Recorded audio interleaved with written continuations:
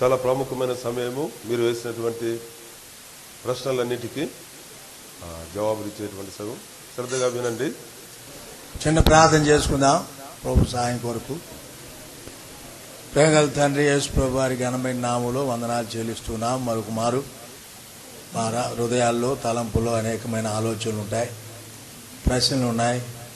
వాటన్నిటికీ జవాబు మీరే, మా సహాయకుడు, మా సలహాదారు మీరే, మా ఆలోచన మీరే తండ్రి. మా అక్కర కొలది మా సమస్యలకు పరిష్కారం, మా ప్రశ్నలకు జవాబు ఇచ్చేవారు మీరే. మానవ మాతృలు మేము ఏపాటి వారం మీ ప్రజలేక ప్రశ్నలకు జవాబు అనుగ్రహించుట్లో మీ ఆత్మ సహాయం నడిపి అనుగ్రహించి వారి సంతృప్తి పరచడానికి సహాయపడమని ప్రార్థిస్తూ చేస్తున్నాను. వేడుచు తర్వాత ప్రాక్టికల్ టాక్ ఉంది, దాసును కనికరించి బలపరచమని యేసు ప్రభు నామమున వేడుచున్నాం తండ్రి, ఆమేన్. మొదటి ప్రశ్న, అంకుల్, సండే టైమ్స్ అంటే ఆదివారాల్లో స్పెషల్ మీటింగ్స్ ఉన్నప్పుడు కాలేజీలో ఇంపార్టెంట్ క్లాసెస్ ఉంటాయి, కానీ మీటింగ్స్కి వెళ్ళాలని చాలా ఆశగా ఉంటుంది. మేము ఏం చేయాలి? ప్రార్థన చేయాలి అంతే. ఏం చేయనక్కర్లే, ప్రార్థన చేస్తే ప్రభు వెళ్ళాలన్నా వెళ్ళకూడదు. ప్రభు చెప్తాడు.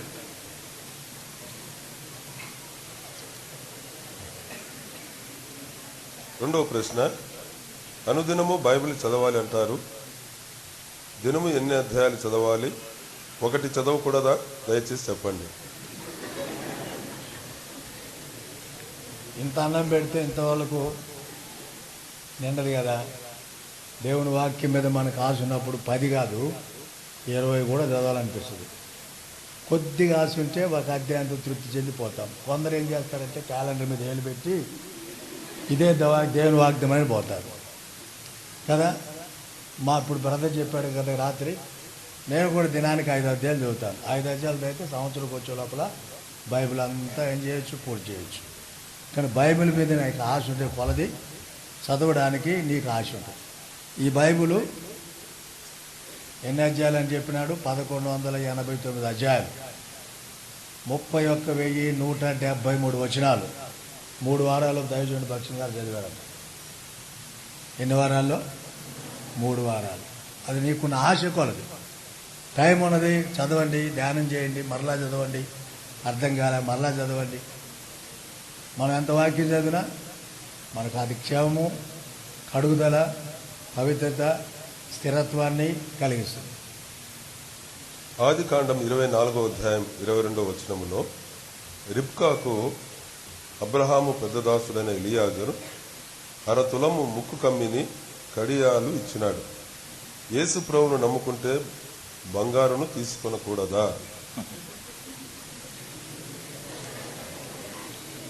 కొత్త నిబంధనలో అది అంటే మీకు వివరంగా చెప్పాలంటే ఆదికాండం 24:22 ఎలియేజరు అలా రెబెకాకు చేయడం ఏంటంటే అనగా ఆమె ప్రధానము చేయబడుతుంది ఇస్సాకు కొరకని గుర్తుగా ముద్రగా ఇవ్వబడ్డాయి.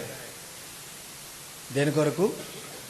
ముద్రగా ఇవ్వబడింది. కొత్త నిబంధనలో ఎఫెసీ 1:13-14 ప్రకారము రక్షణ పొందిన మనకు ఆత్మచేత మనం ఏం చేయబడుతున్నాము? ముద్రింపబడుచున్నామని రాయబడింది. అది ఎలియేజరు దేవుని వాక్య ప్రకారం అబ్రహాము తండ్రి అయిన దేవునికిని, ఎలియేజరు పరిశుద్ధాత్మకును, రెబెకా ఇస్సాకు ప్రభు అయిన యేసుక్రీస్తుకును, రెబెకా సంఘానికి సాదృశ్యం. గుర్తుపెట్టుకోనండి, అబ్రహాము తండ్రి అయిన దేవునికి, ఇస్సాకు ప్రభు అయిన యేసుక్రీస్తు వారికి. ఎలియేజరు మీరు జాగ్రత్తగా 67 వచనాలు ఉన్నాయి. ఎందులో? మీరు అడిగిన ప్రశ్న ఆ అధ్యాయంలో ఎన్ని వచనాలు? 67 వచనాల్లో ఎలియేజర్ అని ఒక మాట లేదు అక్కడ. ఆ పేరు లేదు, వల్లించల. అబ్రహాం యొక్క ఇంటి పెద్ద దాసుడు అని రాయబడి. కాబట్టి ఆయన దేనికి గుర్తు అంటే పరిశుద్ధాత్మ దేవునికి గుర్తు. కాబట్టి రెబెకాకు ఆ 2 ఇవ్వటంలో ఇస్సాకు కొరకైనటువంటి ప్రదానం చేయబడిందనే దానికి ముద్రగా గుర్తుగా ఉంటుంది. ఇప్పుడు మీరు చదవండి ఆ మాట. ఎఫెసీ పత్రిక 1:13-14 కొత్త నిబంధనలో మనం ఎట్లా దేవునికి చెందిన వారు ముద్ర వేయబడ్డాం ప్రభుకు మీరు సత్యవాక్యము అనగా మీ రక్షణ సువార్త విని క్రీస్తునందు విశ్వాసం ఉంచి వాగ్దానం చేయబడిన ఆత్మచేత ముద్ర. అదొకటి. ఇంకాస్త మీకు క్లియర్గా ఇవ్వరని చెప్తాను. టైం అయినా పర్వాలేదు, కొన్ని తగ్గిద్దాం. ఇది మీకు అవసరమైంది. ఇశ్రాయేలు ప్రజలు ఐగుప్తు నుండి బయలుదేరి కానాను పొలిమేర దగ్గరికి వచ్చారు. యోర్దాను అవతల కానాను.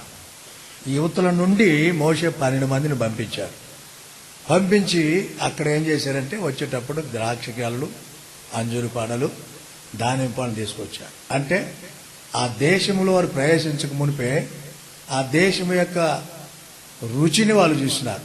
అంటే అది పరిశుద్ధాత్మ యొక్క ముద్ర. ఒక దినాన మేము ఆ దేశానికి సంబంధించిన వారము అని రుజువుగా తెచ్చినారు.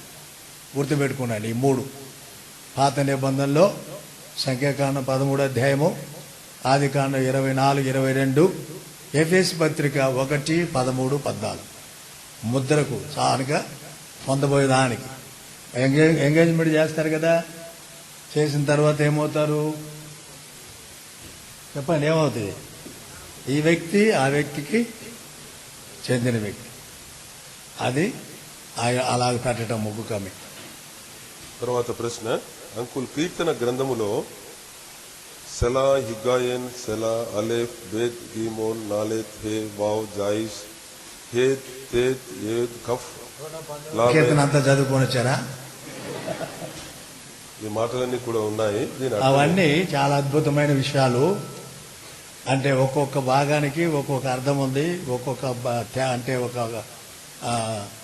భాగంలో కొన్ని వచనాల తర్వాత రాయబట్టంలో అనగా ఎబ్రి పదాలు అవన్నీ 21 వచనాలు ఉన్నాయి. అట్లాగా 119వ కీర్తనలో 21 పర్యాయం రాయబడింది. ఆ 21 పర్యాయము ధర్మశాస్త్రం యొక్క విలువను కూడా చూపిస్తుంది.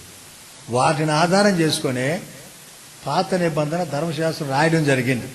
ఆ ఎబ్రి పదాలు అన్నమాట. ఒక్కొక్క దానికి ఒక అర్థం ఉంది. తర్వాత కొన్ని కీర్తనలో చదివేటప్పుడు సెలా అని ఉంటుంది. సెలా అంటే ఆగండి. ఇంతకుముందు చెప్పాను కదా, ఆగండి, ఆగి ఆలోచించండి. ఆలోచించి మరలా ఎక్కడికి రావాలా? పైకి రావాలి. ఎక్కడికి రావాలా? పైకి చదవాలి. అబ్బాక్షడు తర్వాత ప్రశ్న, యేసు ప్రభువును నమ్ముకుంటే పువ్వులు పెట్టుకోనకూడదా? మంచి ప్రశ్న వేశారు. అది నీ ఇష్టం మీద ఆధారపడింది. నీ విశ్వాసిగా నీ కాలేజీలో నువ్వు మాదిరికరంగా ఉండాలని నువ్వు ప్రార్థన చేసి ప్రభు నడిపిస్తే పెట్టుకో.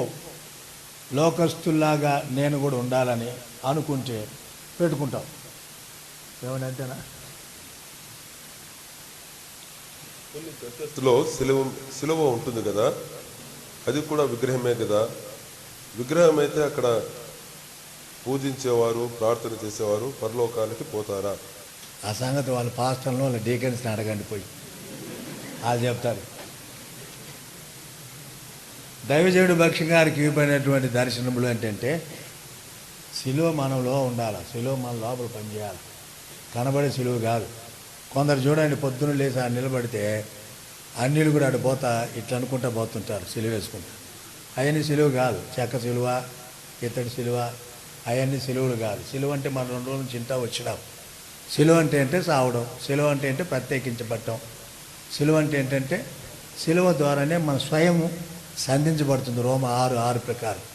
కాబట్టి వాళ్ళు ఏదో గుర్తుగా క్రైస్తవులమని ఒక గుర్తుగా పెట్టుకున్నారు. వాస్తవంగా చెప్పాలంటే వాక్య ప్రకారం అలాగ పెట్టవలసిన అవసరం లేదు. దావీదు పాపం చేశాడు, అయితే ప్రాయశ్చిత్తం పొందాడు.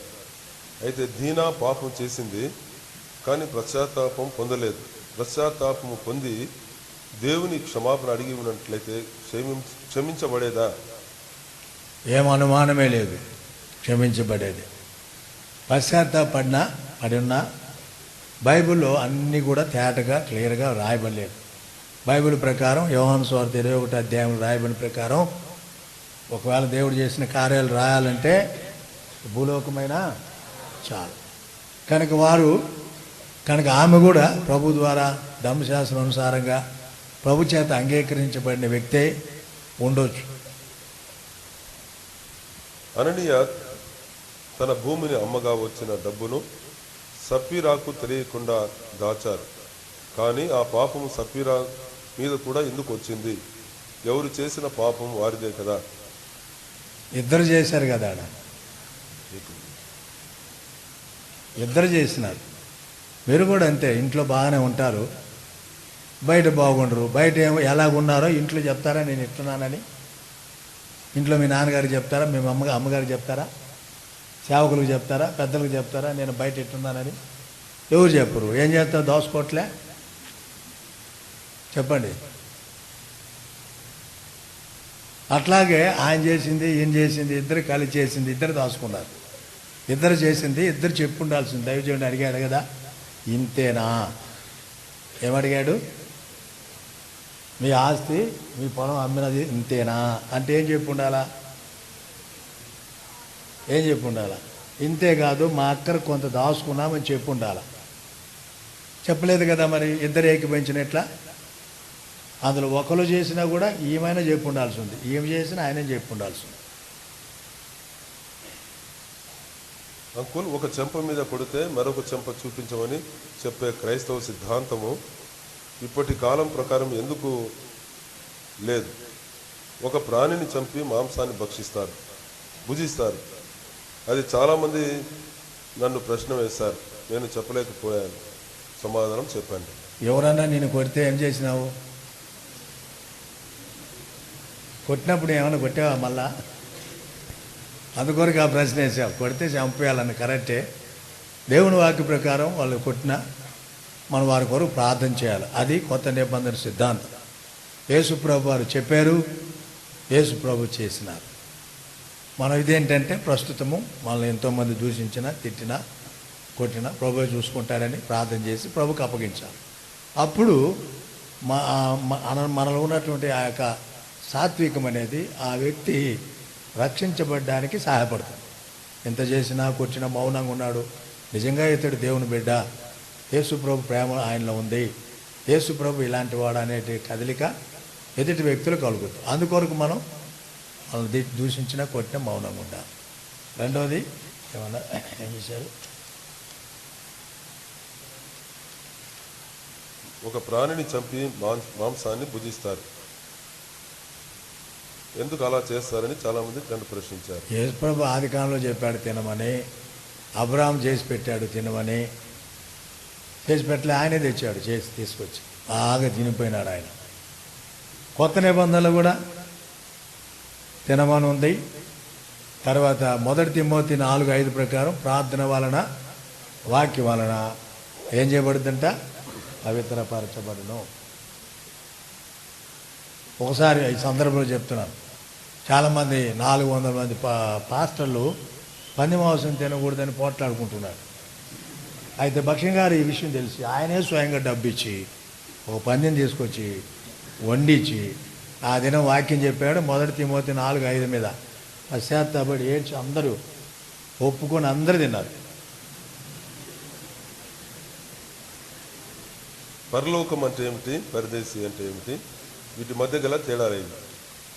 పరదేశి అంటే ఇప్పుడు ప్రస్తుతం చనిపోయే ప్రభు బిడ్డ పరదేశంలోకి వెళ్తారు. పరలోకంలోకి ఇంతవరకు ఎవ్వరు వెళ్ళలే, యేసుప్రభు అక్కడ మాత్రం తప్ప.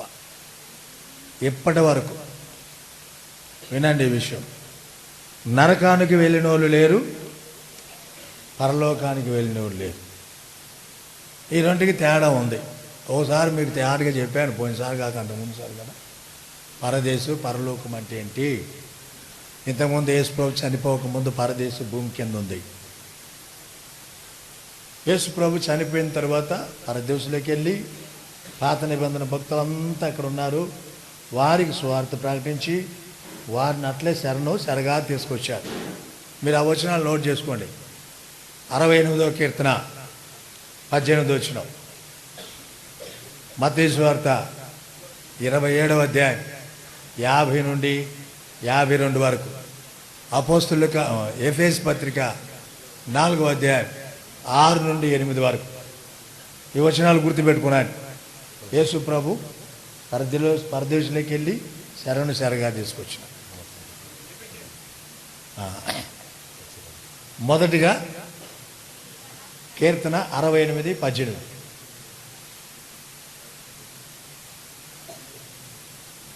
రెండవది మత్తయి సువార్త 27వ అధ్యాయం 50 నుండి 52 వరకు.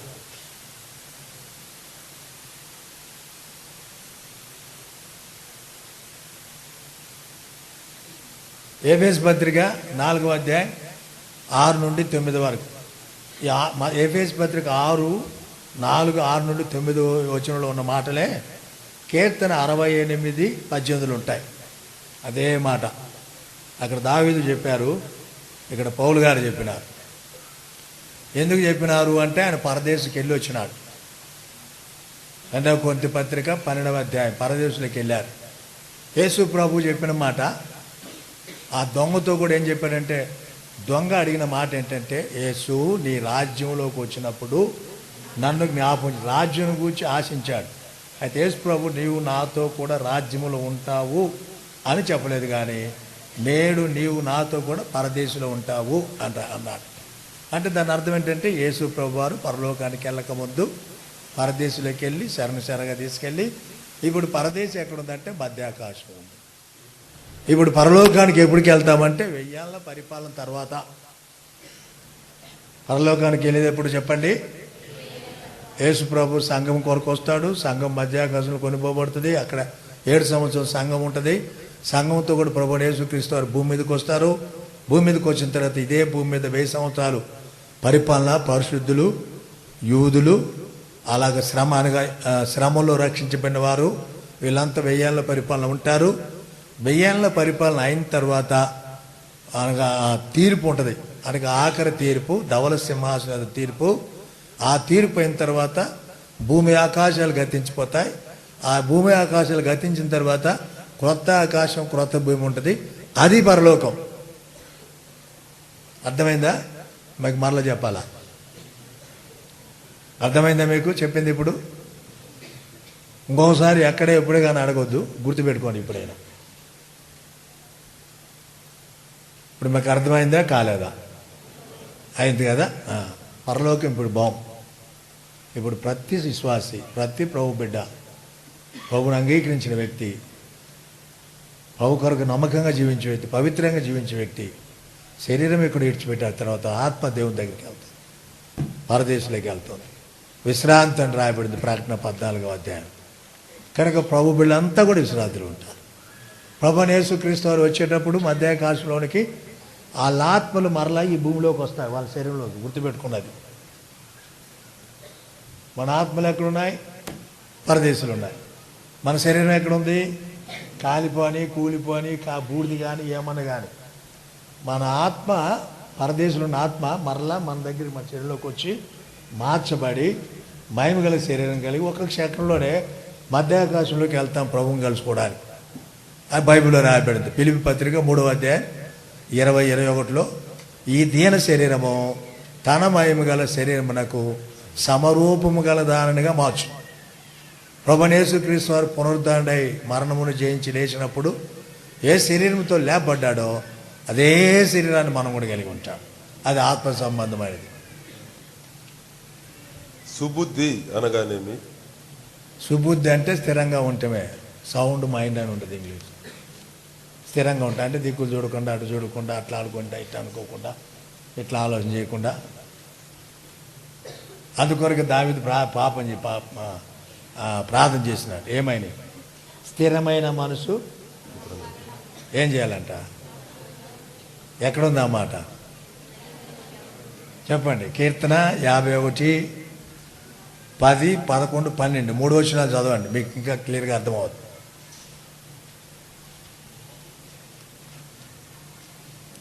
త్వరగా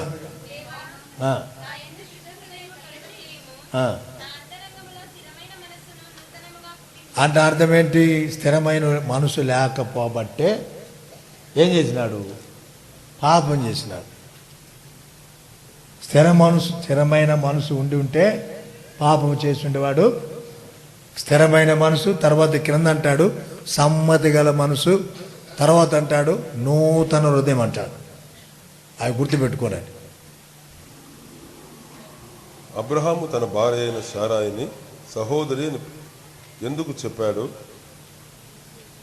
దీనికి జవాబు తెలియజేయండి. మనమంతా ఎవరెవరమో కానీ ఇప్పుడు ఏమనుకుంటున్నాం? బ్రదర్స్ అండ్ సిస్టర్స్ కదా. యూదుల సిద్ధాంత ప్రకారము ఆ వాస్తవంగా ఆయనకు ఆమె సహోదరి. వాళ్ళ వంశాన్ని బట్టి, ఆ చరిత్రను బట్టి. అయితే మరి తర్వాత ఏమైంది? యోహం ఆడాడు కాబట్టి ఏమైంది? మనకు ఒక బైబిల్లో మాట ఉంది, ఇదే మాట, ఇలాంటి మాట, నా సహోదరి నా ప్రాణేశ్వరి, పరమగీతంలో. ఇప్పుడు ప్రభువైన యేసుక్రీస్తు వారి రక్తం ద్వారా విమోచించబడిన సహోదరి సహోదరు. ఒక దినాన ప్రభుకు మనమంతా ఓ పెళ్లి కుమార్తెగా చేయబోతుంది. అప్పుడు అంటాడు, ఇప్పుడేమో సహోదరులమే, సహోదరులు సహోదరులని ప్రభువే చెప్పాడు మత్తయి సువార్త 23వ అధ్యాయం. ఒక దినాన మనం ప్రభుతో ఏకమైనప్పుడు ఆయనకు భారీగా ఉంటాం, ఆయన ఏకమవుతాం. దేవుని రాకడ వచ్చినప్పుడు ఎత్తబడకుండా విడవబడిన వారు సాతాను ముద్ర వేయించుకోకుండా హతసాక్షులైతే వారు పరలోకానికి వెళ్తారా? వెయ్యేళ్ళ పరిపాలనలోకి వస్తారు, పరలోకంలో కూడా వెళ్తారు. హతసాక్షులయ్యి అంటే ఎడవబడి 7 సంవత్సరాల యొక్క అంత్యక్రీస్తు పరిపాలనలో మహాశ్రమల్లో సహించి 666 ముద్ర నోసట, కుడి చేయి వ్రేలు మీద, బొటన వేలు మీద ఆ ముద్ర వేయించుకోకుండా ఉంటే వారు ఖచ్చితంగా హతసాక్షులు అవుతారు. వారు 1000 ఏళ్ల పరిపాలనలోకి వస్తారు. ప్రకటన 20వ అధ్యాయం 4వ వచనం అక్కడ రాయబడింది. ప్రకటన 20, 4, 5, 6 ఆ వచనాలు అన్నీ కూడా దానికి అంటే 4 మెయిన్, 4వ వచనం. అంకుల్, నా యొక్క క్వశ్చన్ ఏమన్నా, నేను రక్షింపబడి బాప్తిస్మము కూడా పొందాను, కానీ ఇప్పుడు నేను లోకములో కలిసిపోయాను. లోకములో కలిసిపోవడం వల్ల నేను అనేక ఆశీర్వాదములు కోల్పోయాను. దేవుడు నన్ను ఇప్పుడు క్షమిస్తాడా? నాకు క్షమాపణ ఉందా లేదా? దయచేసి తెలియచేయండి. సామెతలు 28:13. సామెతలు 28:13.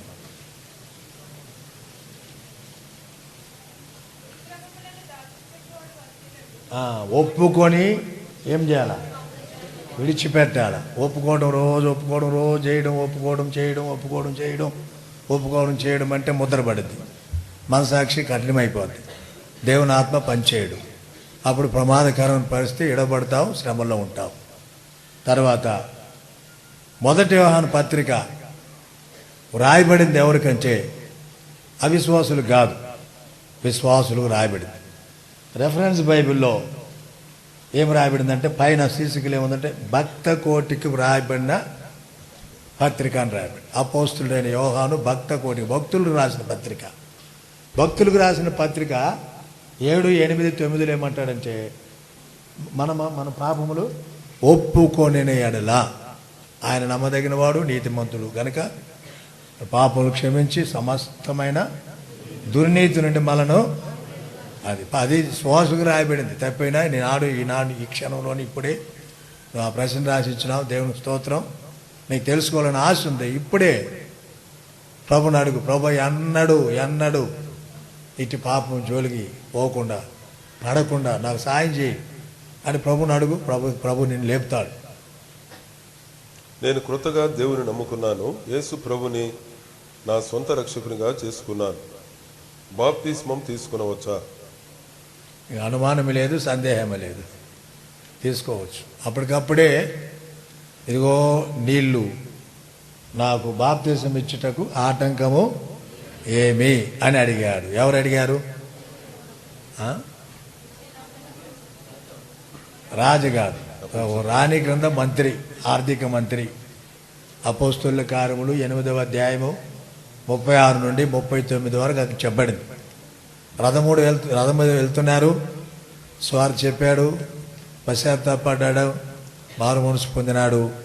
వెంటనే నాకు ఆటంకం ఏంటి అంటే ఇప్పుడు బాప్తిని తీసుకోవడానికి నాకు ఎట్టి ఆటంకము లేదు అని అర్థం. మీరు కూడా రక్షించబడి బాప్తిని నిజంగా ప్రభు చేత సరిచేయబడి తాకబడి క్షమాపణ పొందితే బాప్తిని తీసుకోవడానికి ఏ ఆటంకము లేదు. బాప్తిజం తీసుకోకుండా ఆగిపోతే ఆశీర్వాదాలు కూడా పోగొట్టుకుంటారు.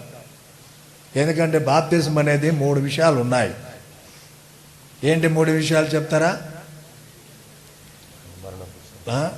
అది కాదు, నీతి యావత్తు ఇలాగ నెరవేర్చాలి. దేవుని సంకల్పం అది. రెండవది బాప్తిజం ఏంటంటే ఆజ్ఞ, మత్తయి సువార్త 28వ అధ్యాయం. మూడోది ఏంటంటే దేవుని సంకల్పం, లూకాసు సువార్త 7:30లో వారు తమ విషయమైన దేవుని సంకల్పము నిరాకరించిరి. దేని విషయాల్లో? బాప్తిని తీసుకోకుండా. ఒకటి ఆజ్ఞ, ఒకటి నీతి యావత్తు జరిగించబడాలి, దేవుని నీతిని జరిగించాలా. మూడోది దేవుని సంకల్పం. అది నీ విషయమైన దేవుని సంకల్పంలో ఒక భాగం బాప్తిని తీసుకోవడం అనేది. మనం చనిపోయిన తర్వాత ఆత్మస్వరూపులమై కొనుక్కోబడదు కదా. మరి ఏలియా దేవునిచో కొనుక్కోబడ్డాడు. మరి ఆత్మస్వరూపుగానా లేక శరీరధారిగానా? 1 కొరింథీ 15:50.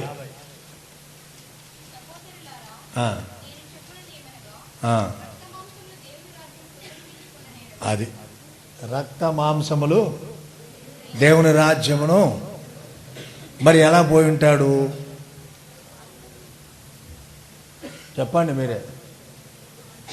శరీరంతో పోయాడా, శరీరం లేకుండా పోయినాడా?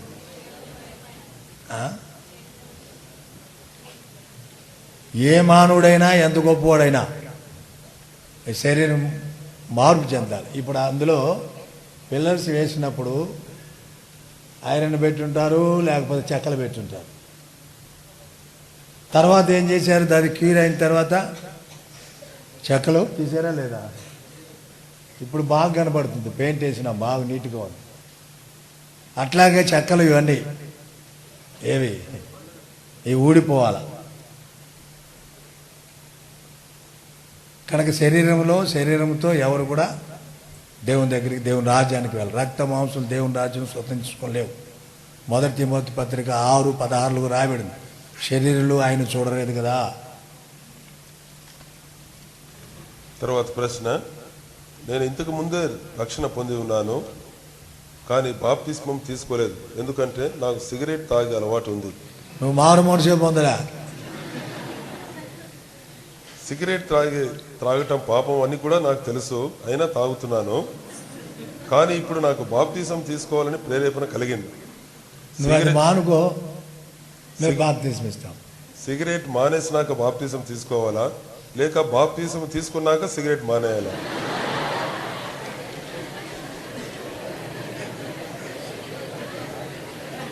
బాప్తిజం తీసుకున్న తర్వాత 7 దయ్యాలు వస్తాయి నీకు.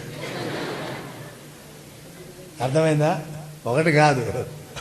ఇప్పుడు నేను చెప్పేది ఏంటంటే, మారు మనసు అనేది సరిగా దేవుని ఆత్మ ద్వారా నీ ఆత్మలో జరిగి ఉంటే, ప్రభు రక్తం చేత నిజంగా నువ్వు కడగబడి ఉంటే, మిగతా పాపాలన్నీ క్షమించబడ్డప్పుడు ఈ పాపం ఎందుకు క్షమించబడదు?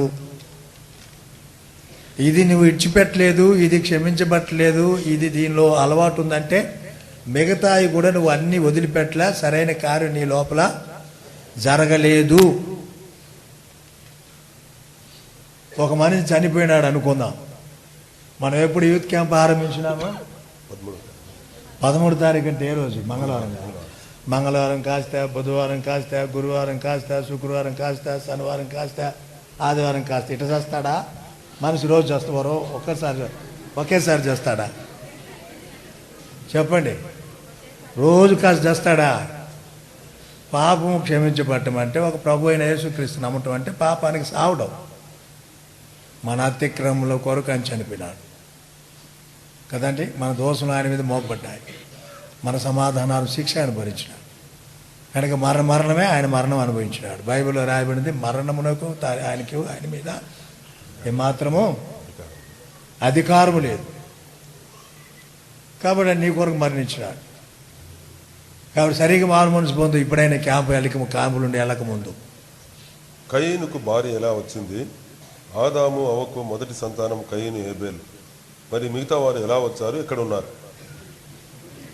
ఎక్కడున్నారో నేను చెప్పలేను, కానీ ఎలాగొచ్చిందో చెప్పగలను. కయ్యోనుకు భార్య ఎవరు? కయ్యోనుకు భార్య ఎవరంటే ఆదాము కూతురే. సాయిబులు ఇప్పుడు కూడా ఏం చేస్తారు తెలుసా? ఎవరు చేసుకుంటారు? ఎవరు చేసుకుంటారు? పూర్వ దినాల్లో మనం అమ్నోను విషయాల్లో కానీ మనం చూడగలం. అమ్నోను అన్నది కదా, అమ్నోను అబ్షాలోం భార్య, ఏం పేరు ఆమె పేరు? అబ్షాలోం చెల్లి తామారు. ఏమని తెలుసా? అన్నా, నువ్వు నాయన్ని అడుగు, నాయన నీకు ఇస్తాడు, పెళ్లి చేసుకో అంటే. ఆ దినాల్లో అప్పుడు అలాంటి పద్ధతి ఉంది కనుక ఒకటి, కయ్యోను భార్య ఆదాము యొక్క కూతురే. ఆదాముకి ఇంతకు ముందు ఒకసారి చెప్పాను, మరలా అదే ప్రశ్న అడుగుతున్నారు. ఆదాముకు 33 కుమారులు, 27 మంది కుమార్తెలు ఉన్నారు. చరిత్రలో రాయబడి ఎంతమంది? 33 కుమారులు, 27 మంది కుమార్తెలు ఉన్నారు. బైబిల్లో రాయబడి చూడండి, ఆదికాండం 4వ అధ్యాయం.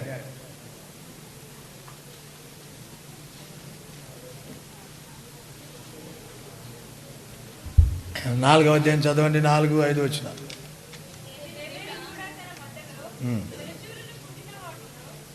5వ అధ్యాయం, క్షమించండి, 5వ అధ్యాయము. చేతును అతడు కుమారులను కుమార్తెలను కనెను. చాలయ్య. ఏముంది అక్కడ? మీరే చెప్పండి, అందరూ చదవండి.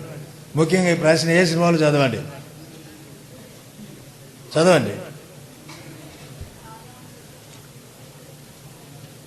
అందరూ చదవండి.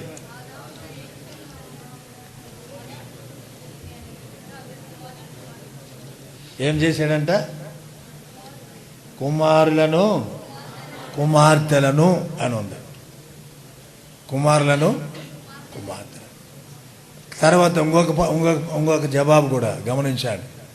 ఆదికాండం 4వ అధ్యాయం, ఇంకొక ప్రాముఖ్యమైన విషయం. అంటే ఇవి ఉన్నారు కదా, తర్వాత ఏం జరిగింది ఒక్కసారి గమనించండి. ఆదికాండం 4వ అధ్యాయం 15వ వచనం చదవండి.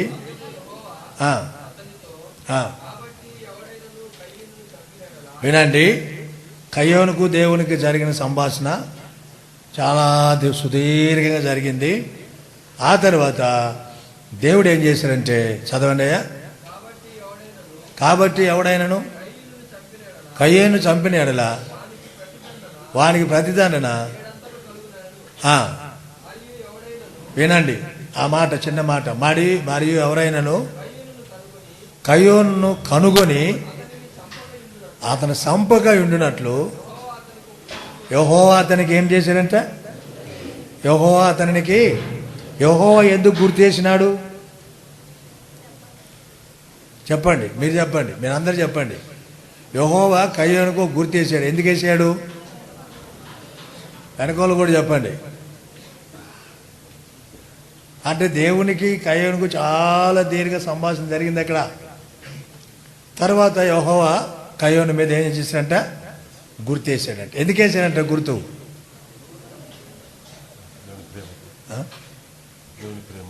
దేవుని ప్రేమ కాదు అక్కడ. ఆయన్ని కనుగొన్నవాడు చంపకుండా, అంటే అప్పుడు జనం ఉన్నారని అర్థమైంది అక్కడ. 15వ వచనం చదవండి.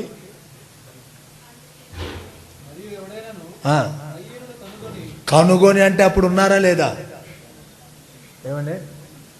కనుగొని అంటే ఆ హేబేలు ఒక్కడే, కయ్యోను ఒక్కడే ఉంటే ఇంక కనుగొనేది ఎవరు, చంపేది ఎవరు? అంటే దాని అర్థం ఏంటి? హేబేలు కయ్యోను చేత చంపబడినప్పటికీ ఇంకా అన్నదమ్ముళ్ళు, అప్పటికి ఇంక లోకం లేదు కదా, వాళ్ళే ఇంకా అన్నదమ్ముళ్ళు ఉన్నారు. వారు కనుగొంటే హేబేలును చంపినందుకు కయ్యోను కూడా చంపుతారనే ఉద్దేశంతో ఏం చేశారంట? ముద్ర. అది అర్థమైందా ఇప్పుడు? కయ్యోనుకి ఇంకా బిడ్డలు ఉన్నారని, ఆదాముకు బిడ్డలు ఉన్నారు. ఆదాము యొక్క కూతురే కయ్యోనుకు భార్య. శ్రమలు వచ్చినప్పుడు మనకు దేవుని మీద కోపం వస్తుంది. అప్పుడు బైబిల్ చదవడము, ప్రార్థన చేయడం మానేస్తాం. అలాంటప్పుడు దేవుడు శ్రమలు ఇవ్వటం ఎందుకు? శ్రమలు ఎందుకంటే యెషయా గ్రంథం 26:16 చదవండి. యెషయా గ్రంథం యెహోవా అది యెహోవా చదవమ్మా గట్టిగా. యెహోవా వారు నిన్ను శ్రమలో వారు నిన్ను ఎందుకంట చదవండి. వారు విశేషమైన దీనుడుగా చేయడానికి శ్రమ వచ్చేది. విశేషంగా భారంగా బరువుగా కన్నీటితో రోదంతో ప్రార్థన చేయడానికి శ్రమ అనిపిస్తున్నాడు. రెండవదిగా దీనులుగా చేయడానికి. తర్వాత ప్రశ్న, పెంతెకోస్తు సహవాసములో కొంతమంది ఊగుతూ ఎగురుతూ ఉంటారు. పరిశుద్ధాత్మ దేవుడు వచ్చాడంటారు, ఇది నిజమా? రాత్రి ప్రభు బల్ల తీసుకోవడమే సమంజసం అంటారు. యేసు ప్రభు శిష్యులతో రాత్రి బల్ల తీసుకున్నాడు కదా, ఇది నిజమా? యేసు ప్రభు రాత్రి బల్ల తీసుకుంది నిజమే. కానీ కొత్త నిబంధనలు వచ్చిన తర్వాత, సంఘ నిర్మాణం అయిన తర్వాత, అపోస్తలుల కార్యం 2వ అధ్యాయం నుండి సంఘం విస్తరిస్తూ వచ్చింది. రాత్రి కూడుకోవడానికి అవకాశాలు లేవు. అందుకొరకు దేవుడు పరిశుద్ధాత్మ ద్వారా సంఘ నిర్మాణం తర్వాత పద్ధతిని మార్చేసినాడు. దేవుని వాక్య ప్రకారం పద్ధతిని మార్చేశారు. రెండవ ప్రశ్న అందులోనే. పెంతెకోస్తు సహవాసములో కొంతమంది ఊగుతూ ఎగురుతూ ఉంటారు. పరిశుద్ధాత్మ దేవుడు వచ్చాడంటారు, అది నిజమా? అది అబద్ధం.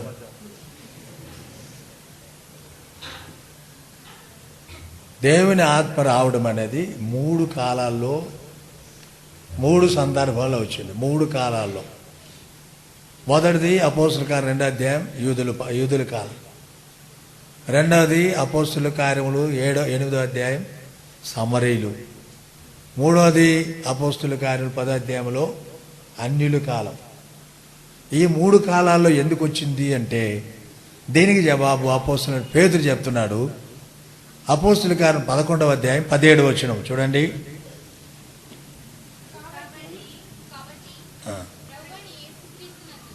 కాబట్టి ప్రభువైన యేసుక్రీస్తునందు విశ్వాసం ఉంచిన మనకు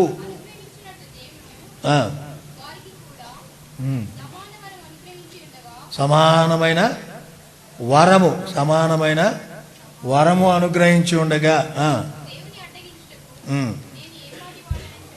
ఈ సందర్భం కాస్త వినండి జాగ్రత్తగా. ప్రభువైన దేవుడు, పరిశుద్ధాత్మ దేవుడు పేతురుతో మాట్లాడాను. ఎప్పోలో ఉన్నాడు. కొన్నేళ్ళు ప్రార్థన చేస్తున్నాడు. 3 గంటలకు దేవుని దూత ప్రత్యక్షమైంది. కొన్నేళ్ళని ఏం చేశాడంటే, కొన్నేళ్ళకి దూత చెప్పాడు, నువ్వు ఎప్పోకి పంపించి పేతుని పిలిపించు, ఆయన వచ్చి నీకు విషయాలు బోధిస్తాడని. అయితే ప్రభు ఆత్మ ద్వారా పేతురు బోధించబడి ఒక చక్కని మాట అన్నాడు. ఏమన్నాడు తెలుసా? భేదమేమయో చూడక. అపోస్తలుల కార్యములు 10వ అధ్యాయం చూసారా? అపోస్తలుల కార్యములు 10వ అధ్యాయం.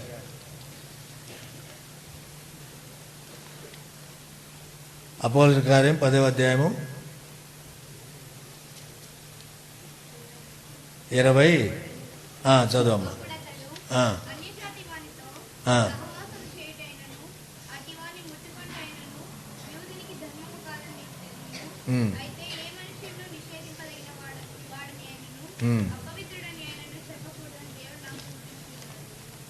అది కాదు.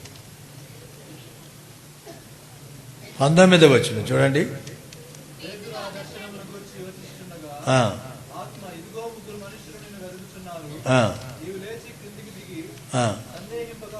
సందేహింపక. ఈ మాట విన్నప్పుడు అనగా తనకు సందేహం ఉంది. ఆయన యూదుడు, ఎవరు? పేతురు. కొర్నేలి అన్యుడు కనుక అన్యులతో యూదులతో సాంగత్యం చేయడం అనేది ఆ దినాల్లో చాలా శాపం, భయంకరమైన విషయం. కాబట్టి ప్రభు ఆత్మ చెప్పాడు, వెళ్ళాడు. ఆయన వెళ్ళిన తర్వాత వారి కొన్నేళ్ళు అంతా కూర్చొని ఉన్నారు. సువార్త చెప్పాడు, మారుమనసు పొందాడు. తర్వాత పరిశుద్ధాత్మ దేవుడు వచ్చాడు. వచ్చిన తర్వాత కొంత యెరూషలేములో గలిబిలి జరిగింది. యెరూషలేములో గలిబిలి జరిగింది. ఏం గలిబిలి జరిగింది? ఇప్పుడు వాదన జరిగింది. ఎందుకు వెళ్ళావు వాళ్ళ దగ్గరికి, వాళ్ళు అన్యులు కదా అని. అప్పుడు 11వ అధ్యాయంలో అపోస్తలుల కార్యములు 10వ అధ్యాయంలో జరిగిన చరిత్ర అంతా కూడా కొర్నేలు పేతురు మరలా చెబుతూ ఈ మాట అన్నాడు. ఏమన్నాడు చూడండి, ఇప్పుడు చదవండి 17వ వచనం. కాబట్టి ప్రభువైన యేసుక్రీస్తునందు విశ్వాసముంచిన మనకు అనుగ్రహించినట్లు దేవుడు వారికి కూడా సమాన వరము, అంటే మనకు ఇంకేమన్నాడు, వారు, మనము, వారు అంటే అన్యులు, మనమంటే యూదులు. ఎఫెసు పత్రిక 2వ అధ్యాయాన్ని కూడా పౌలు అంటాడు, వారు, మేము, వారు, మనము అని మాట్లాడుతూ వస్తాడు. ప్రభు శిలువను గురించి మాట్లాడుతూ అక్కడ.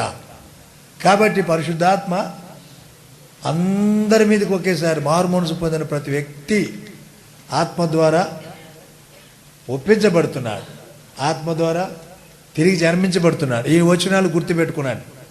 ఆత్మ ద్వారా ఒప్పించబడుతున్నాడు. యోహాను సువార్త 16:8. రెండవది, ఆత్మ ద్వారా తిరిగి జన్మిస్తున్నాడు. తీతు పత్రిక 3:5. మూడవది, ఆత్మ ద్వారా ముద్రించబడుతున్నాడు. ఎఫెసు 3:1, 13, 14, ఎఫెసు 4:30. ఐదవది, పరిశుద్ధాత్మకు ఆలయం అవుతున్నాడు. గలతీ 4:6. మనం అబ్బా తండ్రిని మొరపెట్టకే తన కుమారుని ఆత్మ మన హృదయంలో, ఇది వన్స్ ఫర్ ఆల్, అంటే ఒక్కసారి అయిపోయింది, జరిగిన కార్యం. కనుక ఇది ఆత్మ ద్వారానే మన రక్షణ పొందడానికి సహాయపడుతుందన్నమాట.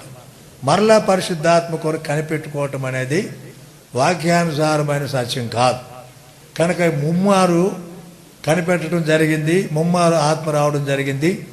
ఆ తర్వాత పౌలు పత్రికలు ఎక్కడే కానీ కనిపెట్టమనే సందర్భమే లేదు బైబిల్లో, పత్రికల్లో. కానీ ఒక్క స్థలంలో ఉంది. ఆ ఒక్క స్థలం కూడా ఎక్కడుంది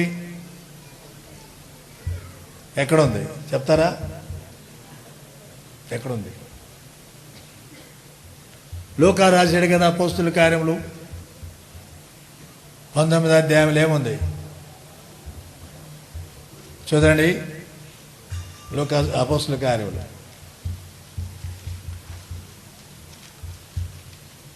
చదువుతారా? పైన కొన్ని వచ్చిన చదువుతారండి, వినండి. అపోలో కొరింథీలో ఉన్నప్పుడు జరిగింది ఏమనగా,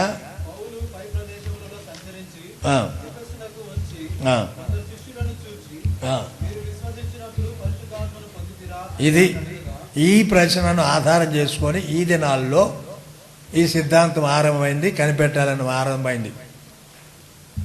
నేను ఒకసారి మేము తెనాలిలో ఉన్నప్పుడు మరి పెద్దకోస్తు వాళ్ళ దగ్గర కొన్ని ప్రశ్నలు అడగడానికి నేను సేవకు వెళ్ళాము, ఇదే సందర్భంలో అడగడానికి. ఆయన ఉద్దేశం మేరకు అన్నీ చెప్పాడు, అంటే పొందాలా, కనిపెట్టాలా అని. అప్పుడు మేమేమన్నామంటే, మీ సంఘంలో ఉన్నారు, ఆత్మ వచ్చిందని ఎగురుతున్నారు, ఆ భాషలు పడతారు, భాషలు మాట్లాడతారు, గంతులేస్తారు, మంచిదే. మీరు ఆ పులిపేట మీద కోసం డ్రమ్ము కొట్టగానే ఆగిపోతే ఈ డ్రమ్ముకు ఆత్మకి ఏమైనా కనెక్షన్ పెట్టారా అని అడిగితే ఇక జవాబే లేదు. మీరు చేసే సిద్ధాంతమే తప్పండి. బైబిల్ ప్రకారం ఎట్లుంది, తమకు విధేయులైన వారికి అనుగ్రహించబడిన పరిశుద్ధాత్మ అపోస్తుల కార్యములు వ్రాయబడింది 5:31 విధేయులు, రక్షణ విధేయత, ఆత్మీయంగా ఎదగడానికి విధేయత, ఆత్మలో బలపడడానికి విధేయత, ఆత్మలో వర్ధిల్లడానికి విధేయత, ఆత్మతో నింపబడటానికి విధేయత. వాక్యము విధేయత, వాక్యము విధేయత. వాక్యం అయినప్పుడు సరి చేసుకొని అప్పగించుకుంటే దేవుని ఆత్మ వీళ్ళు పనిచేస్తూనే ఉంటుంది. కాబట్టి మరల కనిపెట్టుకొని భాషలు గీసినని చెప్పొద్దు. భాషలు ఉన్నాయి కానీ వీళ్ళు మాట్లాడే భాషలు కాదు. పేతురు మాట్లాడాడు కదా, మాట్లాడాడు లేదా? మీరు చెప్పండి, యవనస్తులంతా మాట్లాడా? భాషలు మాట్లాడాడు. పేతురు మాట్లాడా అంటే నేను చెప్పేది భాషలు కాదు. పేతురు మాట్లాడాడా లేదా? మాట్లాడాడా? 11 మందిలో ఒకళ్ళు లేచి నిలబడి మాట్లాడలే. మరి అక్కడ 16 భాషలు మాట్లాడలున్నారు. ఆయన మాట్లాడేది వాళ్ళందరికీ అర్థమై. అది భాష. అపోస్తలుల కార్యములు 2వ అధ్యాయము మొదటి 17 వచనాలు మీరు తర్వాత చదువుకోండి. 16 పెంతెకోస్తు పండుగ. పెంతెకోస్తు పండుగ నాడు 16 భాషలు మాట్లాడే ప్రజలు ఉంటే పేతురు మాట్లాడే భాష వాళ్ళకి అర్థమైంది. చదవండి. ఇక్కడ చాలా ముఖ్యమైనది కూడా. ఈ దినాల్లో చాలా మంది అట్లా ఆకర్షించబడుతున్నారు. అపోస్తలుల కార్యములు 2వ అధ్యాయం. అదంతా వద్దు, నేను 2 వచనాలు చూపిస్తాను మీకు. అంత అక్కర్లే, మీరు జాగ్రత్త నోట్ చేసుకోండి ఆ మాట. మొదటిది 6వ వచనం. ఈ శబ్దం కలగ్గా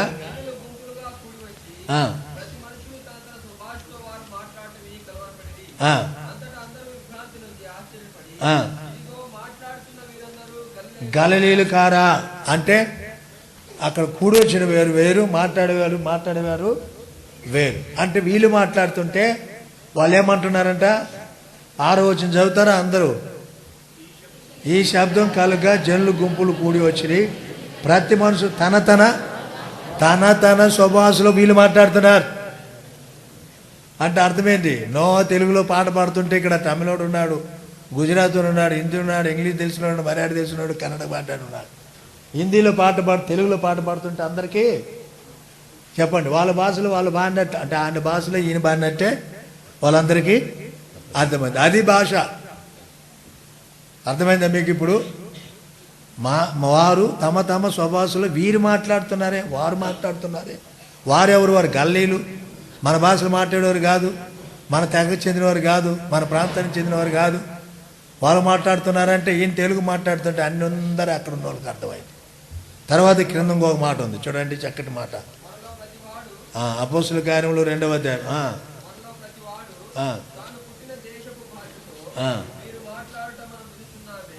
ఏం చేస్తున్నారంట? ఎన్నో వచ్చినది? 11, 8 చదవండి.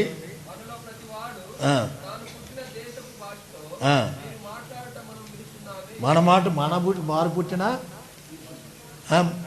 తాము పుట్టిన దేశ భాషతో వీరు, అంటే వీరు వారు అంటేంటి? వారు ఏ భాష వారైనా కూడా పేతురు పరిశుద్ధాత్మ పూర్ణుడై మాట్లాడేటప్పుడు ఆ కూర్చున్న వాళ్ళందరికీ ఏమైంది చెప్పు? అర్థమైంది. ఇంకొక మాట చూడండి ఇక్కడ 11వ వచనం. హేతీయులు, అరబీలు మొదలైన మనమందరం వీరు మన భాషలతో దేవుని గొప్ప కార్యములు. అంత మంచి మాట కదా. ఇప్పుడు అర్థమైందా? పరిశుద్ధాత్మ దేవుడు వస్తే ఏం చేస్తాడో. ఇప్పుడు మంజిత్ పాలు మాట్లాడుతుంటే మీకు అర్థమవుతుందా లేదా? మరి అర్థం కాకపోతే ఇంకేంది? వ్యర్థం కాదా? అంతేకాదు, భాషలు ఎవరికంట? అవిశ్వాసులకి. 1 కొరింథీ పత్రిక 14వ అధ్యాయం 19వ వచనంలో ఒక మాట అంటాడు చూడండి. కొరింథీయులకు రాసిన మొదటి పత్రిక 14వ అధ్యాయం 19.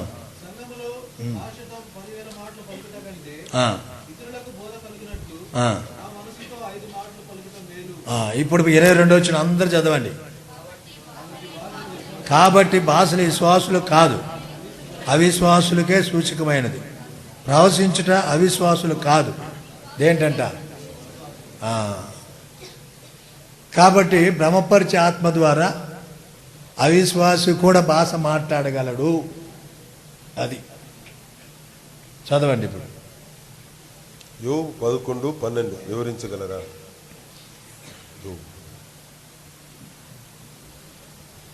చదవండి. యోబు 11:12 వివరించడం అంటే నాకు అర్థమైతే వివరిస్తా, లేకపోతే మీరు అర్థం చేసుకోండి.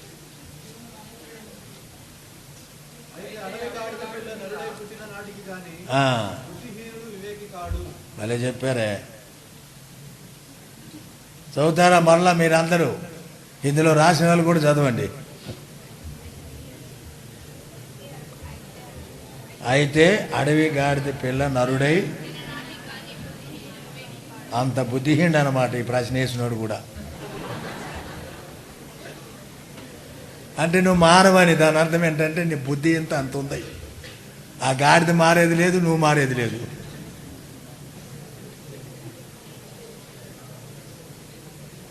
వెయ్యేండ్ల పరిపాలన భూమి మీద నా ఆకాశంలోన దేవుడు వస్తే మనం ఎత్తబడతాం కదా, తర్వాత 1000 ఏండ్లు ఎక్కడ ఉంటాము దయచేసి తెలపండి. ఇందాకే చెప్పాం, మళ్ళీ ఇంకెందుకు దాని మళ్ళా. 1000 ఏళ్ల పరిపాలన భూమి మీదనే, ఇదే భూమి ఈ ఆకాశం క్రిందనే. సంఘం ఎత్తబడిన తర్వాత ప్రభు బిడ్డలు ఎక్కడ ఉంటారంటే మధ్య ఆకాశంలో ఉంటారు 7 సంవత్సరాలు. ఆ 7 సంవత్సరం సంఘం ప్రభుతో కూడా మధ్య ఆకాశంలో ఉన్న కాలాన ఈ భూమి మీద అంత్యక్రీస్తు క్రీస్తు విరోధి యొక్క పరిపాలన ప్రపంచం అంతటా ఉంటుంది. 7 సంవత్సరాల యొక్క అంత్యక్రీస్తు పరిపాలన ముగింపున ప్రభువైన యేసుక్రీస్తు వారు మధ్యాకాశంలో నుండి సంఘంతో కూడా భూమి మీదకి వస్తాడు, ఒలివ పర్వతం మీదకి. దానికి చాలా బైబిల్లో చాలా రెఫరెన్స్లు ఉన్నాయి, కొన్ని చెప్తాను వినండి. జకర్యా 14వ అధ్యాయము 4, 5, 6 వచనాలు. తర్వాత యోధా పత్రిక 14, 15 వచనాలు. ఆ తర్వాత ప్రకటన గ్రంథం 19వ అధ్యాయంలో 11వ వచనం నుండి చివరి వరకు యేసు ప్రభు వారు సంఘంతో కూడా ఈ భూమి మీదకి వచ్చే సంఘటనకు చెప్పబడ్డాయి. ప్రభువైన యేసుక్రీస్తు వారు భూమి మీదకి వచ్చేటప్పుడు అంత్యక్రీస్తు ప్రభు మీద సంఘం మీద యుద్ధం చేయడానికి వెళ్తాడు. ప్రభు తన ఆగమన ప్రకాశం చేత వాడిని ఓడిస్తాడు, అంత్యక్రీస్తును అబద్ధ ప్రవక్త. వీళ్ళిద్దరిని పట్టుకొని ప్రాణముతోనే అగ్నిలేస్తారు. ఇంకా అది నరకం. మొట్టమొదట నరకానికి వెళ్ళేవారంటే అబద్ధ ప్రవక్త, అంత్యక్రీస్తు. ఇప్పటి వరకు పాపులు సైతం అగ్నిలోకి నరకంలోకి వెళ్ళా. ఇప్పుడు సైతం ప్రభు బిడ్డలు మాత్రం ప్రభు బిడ్డలు సైతం పరలోకానికి వెళ్ళలేదు. ఈ 2 గుర్తుపెట్టుకోండి. మొట్టమొదటి పర్యాయం బైబిల్ చరిత్రలో బైబిల్ ప్రకారం నరకానికి వెళ్ళింది ఎవరంటే అంత్యక్రీస్తు, అబద్ధ ప్రవక్త. చూడండి ప్రకటన 19. ప్రకటన 19.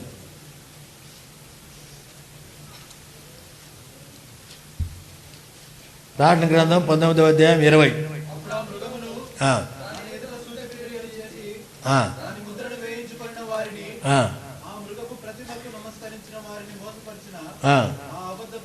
అబద్ధ ప్రవక్తయు పట్టబడి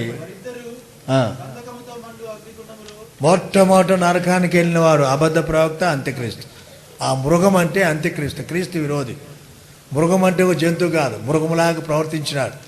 ముద్ర లేని ప్రభువైన యేసుక్రీస్తు యొక్క ముద్ర లేని వారిని, అంత్యక్రీస్తు యొక్క ముద్ర లేని వారిని హతం చేసినాడు, అమాంతంగా హతం చేసినాడు. అందుకొరకు మృగం యొక్క స్వభావం ఒక వ్యక్తికి ఉన్నది కాబట్టి, ప్రపంచ నియంత యొక్క స్వభావం అది కాబట్టి పరిశుద్ధాత్మతో నింపబడినటువంటి యోహాను అన్నాడు మృగము అని. అది అంత్యక్రీస్తు, క్రీస్తు యొక్క విరోధి. రెండవది అబద్ధ ప్రవక్త. వీళ్ళిద్దరిని పట్టి మొట్టమొదట దేవుని వాక్య ప్రకారం అగ్నిలోకి నరకంలోకి వెళ్ళింది, పంపింది వీళ్ళిద్దరే. ఆ తర్వాత ఇక్కడ 20వ అధ్యాయం 1-3 వచనంలో అపవాదిని, ఘటసర్పం, సాతాను 3 పేర్లు ఉన్నాయి. అపవాది, సాతాను, ఘటసర్పం. వీన్ని బంధించి పాతాళంలో వేస్తారనమాట. 1000 సంవత్సరాలు పాతాళంలో. ఆ పాతాళంలో వాళ్ళు వేయబడిన తర్వాత 1000 సంవత్సరాలు ప్రభు బిడ్డలు భూమి మీద పరిపాలన చేస్తారు. అర్థమైందా? ఆ 1000 సంవత్సరాలు అయిన తర్వాత వీడిని కొంత వదిలిపెడతారు, కొంత సమయానికి. వాడు మరలా కొందరిని పోగు చేసుకొని యెరూషలేము మీదకి యుద్ధానికి వెళ్తాడు. అప్పుడు పైనుండి అగ్ని వచ్చి వాడిని దహించేస్తాయి. ఆ తర్వాత వాడు కూడా అగ్నిలోకి వెళ్తాడు. ప్రకటన 20వ అధ్యాయం 10వ వచనంలో. ఆ తర్వాత 1000 ఏళ్ల పరిపాలన. 1000 ఏళ్ల పరిపాలన ప్రపంచమంతా శాంతియుక్తం ఉంటుంది, నాకు సమాధానంగా ఉంటుంది, నెమ్మదిగా ఉంటుంది. ఇక్కడ అనంతపూర్లో 1 కిలో రైసు 2 రూపాయలు అయితే, నువ్వు కర్నూలుకి ఎంత వెళ్ళినంతే, హైదరాబాద్కి వెళ్ళినంతే, ఢిల్లీకి వెళ్ళినంతే, అమెరికాకి కూడా వెళ్ళినంతే. అది సమానమైనటువంటి ప్రశాంతమైన సమాధానకరమైన రాజ్యం 1000 ఏళ్ల పరిపాలన. యూదా ఇస్కరియోతు పశ్చాత్తాపపడి గురి వేసుకుని చనిపోయాను కదా, మరి ఆయన పరలోకమునకు వెళ్ళాడా లేదా? ఆత్మహత్య చేసుకుంటే పరలోకం ఉందా లేదా? అన్నీ నువ్వే చెప్పినావు. ఏముంది అక్కడ? యోధా పశ్చాత్తాపడి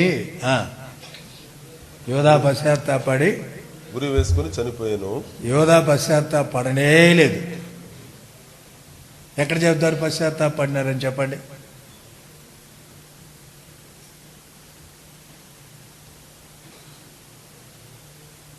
మీరు చెప్పలేరు, నేను చెప్తా వినండి. మత్తయి సువార్త 27వ అధ్యాయంలో ఆ రోకలు తీసుకెళ్ళి సమాజ మందిరంలోకి తీసుకెళ్ళి శాస్త్రుల దగ్గరికి తీసుకెళ్ళి ఆ నీతిమంతుని రక్తం, ఆ నీతిమంతుని నిరపరాధిని అప్పగించినానన్నాడు. అది నిజమైన పశ్చాత్తాపం కాదు. పశ్చాత్తాపం ఎక్కడ? ప్రభు దగ్గర కాదు పశ్చాత్తాపడింది ఆ వ్యక్తి. ఎక్కడ పడ్డాడు? ఒక మనుషుని దగ్గర పడ్డాడు. చదవండి ఆ మాట, మత్తయి సువార్త 27వ అధ్యాయం 4వ వచనం.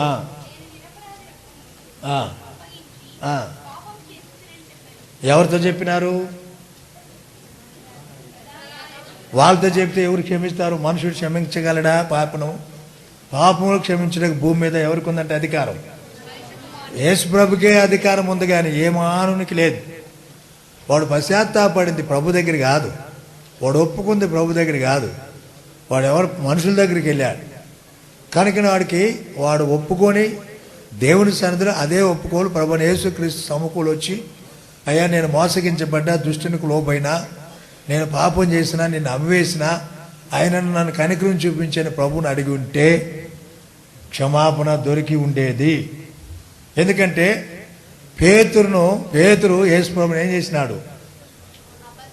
అబద్ధం కాదు, దేవదూషణ చేసినాడు. పేతురు ఏం చేశాడు? నేను ఆయన ఎరగను, ఆయన ఎవరో నాకు తెలియదు, ఆ మనుషుడు నేను ఎరగను అన్నాడు. ఎరగడా? తెలీదా? తెలుసు. ఎరిగి కూడా ఆ మాట చెప్పాడు. అయితే పశ్చాత్తాపడ్డాడు ప్రభు వైపు చూసి, శిలువ వైపు చూసి క్షమాపణ పొందినాడు. ఈ వ్యక్తి పశ్చాత్తాపడ్డాడు మనుషుల దగ్గర, పేతురు పశ్చాత్తాపడ్డాడు ప్రభు దగ్గర.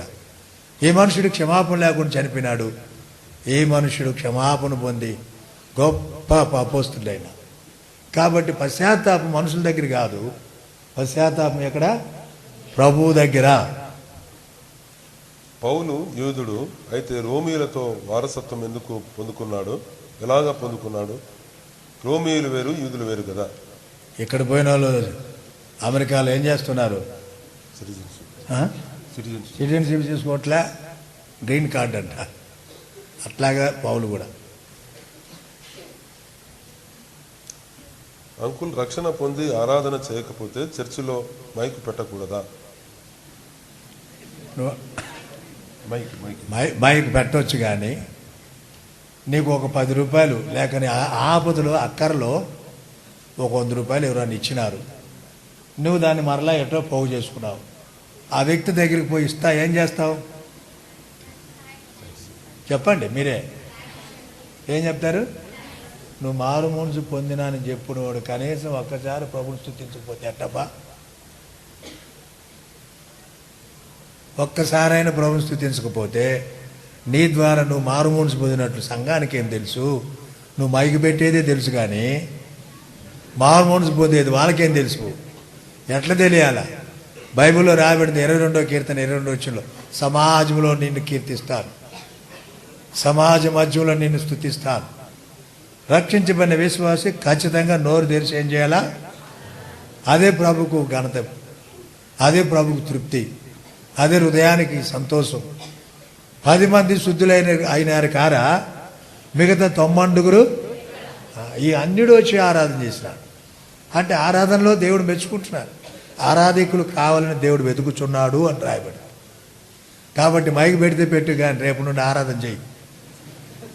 రిబ్కా అనగా అర్థమేమి? రెగుయేలు అనగా అర్థమేమి? రిబ్కా అంటే ఇంత ముందు ఒకసారి చెప్పాను, గుర్తుందో లేదో? ఏమన్నాడు? సుందరం ఉన్నాడా? సుందరం లేడు. ఉచ్చు. ఏంటంటే ఉచ్చు. ఆమె లక్షణాలు మంచివే, కానీ పేరు మాత్రం సరేండి. తల్లిదండ్రులు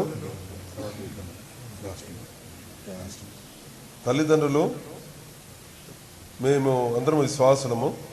నాకు మా బంధువుల నుంచి ఒక పెళ్లి సంబంధం చూశారు, కానీ మా తల్లిదండ్రులు విశ్వాసులు అయ్యి వారిని కట్నం అడుగుతున్నారు.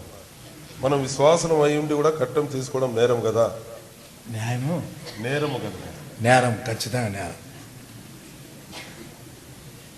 కానీ ఇప్పుడు లేదు కదా, ఖర్చులకు ఇస్తారు విధానంలో.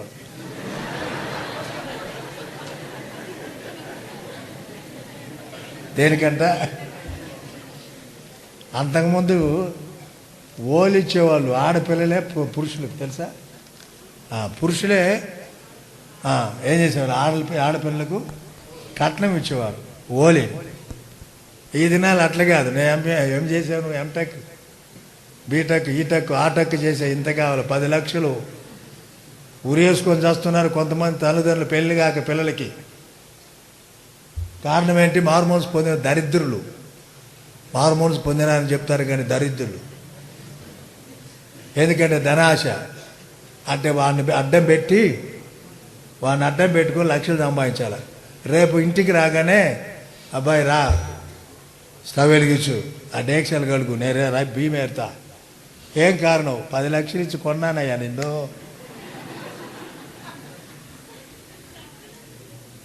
ఏం చేశా?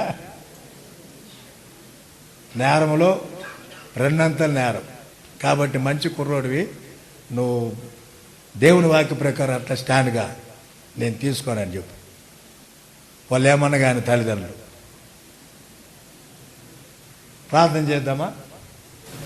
వేంగల్ తండ్రి, యేసు ప్రభు నామున మా ప్రశ్నలకు జవాబిచ్చే దేవుడు, మమ్మల్ని ఉత్తేజపరిచి ఉజ్జింపు చేసే దేవుడు, మీకు వందనాలు చెల్లిస్తూ ఉన్నాం.